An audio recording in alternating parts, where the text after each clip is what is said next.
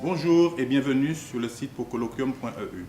Je suis Jean-Pierre Désir, syndic de copropriété depuis plus de 20 ans dans les Alpes-Maritimes, animateur du blog Syndic Pro et président cofondateur de l'association Procoloquium qui organise le 25 mars 2016 un colloque sur la copropriété en partenariat avec Dalloz Formation et la Chambre départementale des Alpes-Maritimes intitulé « La copropriété à l'épreuve des lois Allure et Macron ». Ce colloque est destiné aux professionnels de la copropriété que sont les avocats, les administrateurs judiciaires, les notaires ainsi que les syndics. Aujourd'hui, nous avons le plaisir d'accueillir Maître Brigitte Charles-Neveu qui interviendra au colloque du 25 mars. Maître Brigitte Charles-Neveu est avocat au barreau de Nice. Maître Brigitte Charles-Neveu, bonjour. Bonjour, Monsieur Désir. Merci de nous accorder cette interview. Pouvez-vous nous faire une rapide présentation de votre cabinet? Oui, alors j'exerce au sein de la CELA Neveu Charles et Associés, qui est installée à Nice depuis de longues années. Aujourd'hui, nous sommes 5 associés qui interviennent dans des domaines très variés. En ce qui me concerne, je suis titulaire du certificat de spécialité en droit immobilier et en droit public. Et je pratique le droit de la copropriété avec l'un de mes associés, Maître Benoît Brogini. Merci Maître pour cette présentation. Pouvez-vous nous dire quelques mots sur les thèmes sur lesquels vous allez intervenir lors du colloque? Alors, j'ai le plaisir de participer à la table ronde qui est dédiée aux problématiques de la convocation à l'Assemblée générale.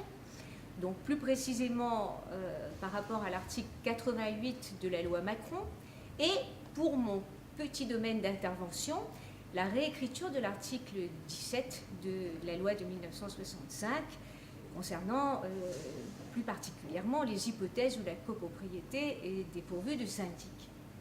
Je pense que l'essentiel des débats va porter sur ce qui est présenté, ce qui est salué comme une innovation de la loi Macron, c'est-à-dire la possibilité pour un copropriétaire, tout copropriétaire, de convoquer l'Assemblée générale dans un certain nombre d'hypothèses où le syndicat se trouverait privé de son organe de représentation et de gestion, c'est-à-dire du syndic. Alors, cette innovation apparaît comme une mesure de simplification, mais moi je suis toujours très méfiante quand le législateur s'avise de simplifier les situations juridiques acquises.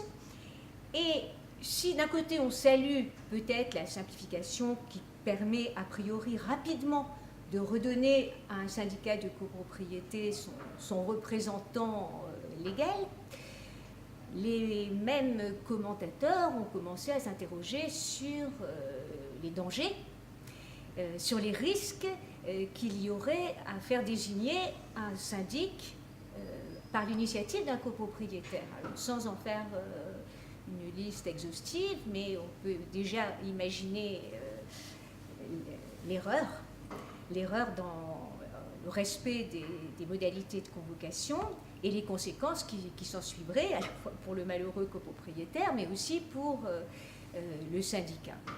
Et pour le syndic qui aurait été désigné dans ce contexte-là. Donc ce syndic aura à cœur, évidemment, de vérifier la régularité du processus qui l'a conduit jusqu'à représenter le syndicat.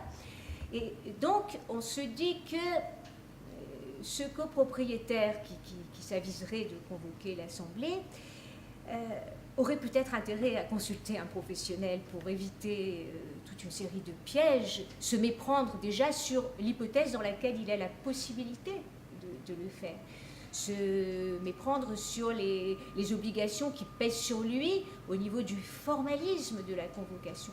Parce qu'on est dans un domaine, le droit de la copropriété, qui est très technique, très formaliste, avec une jurisprudence qui est souvent pointilleuse sur le respect des formes.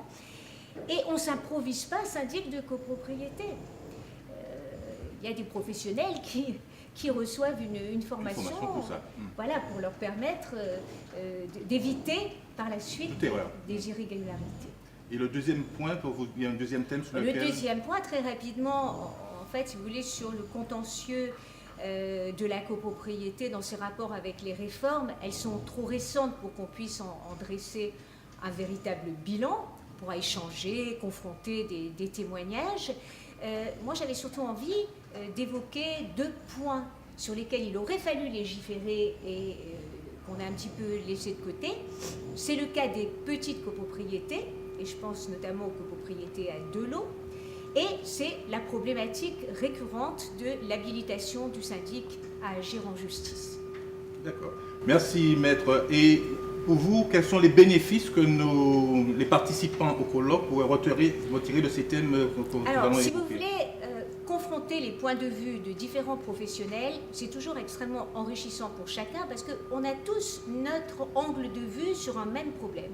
Donc ça permet de mutualiser à la fois une réflexion, des expériences, des témoignages. Et je pense que le bénéfice à en tirer, c'est qu'à l'issue de cette journée de colloque, les participants auront touché du doigt des difficultés qu'ils n'avaient peut-être pas soupçonnées.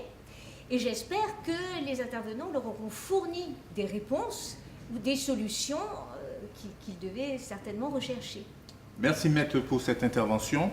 Et, je vous remercie pour votre attention et vous invite à visionner le site pocolloquium.eu, notamment à l'onglet Prochain colloque. Là, vous pouvez voir le contenu détaillé du programme de la manifestation du 25 mars 2016 et vous dit à bientôt sur le site pocolloquium.eu. Au revoir. Merci, maître. Au revoir. Oui, merci, monsieur Désir.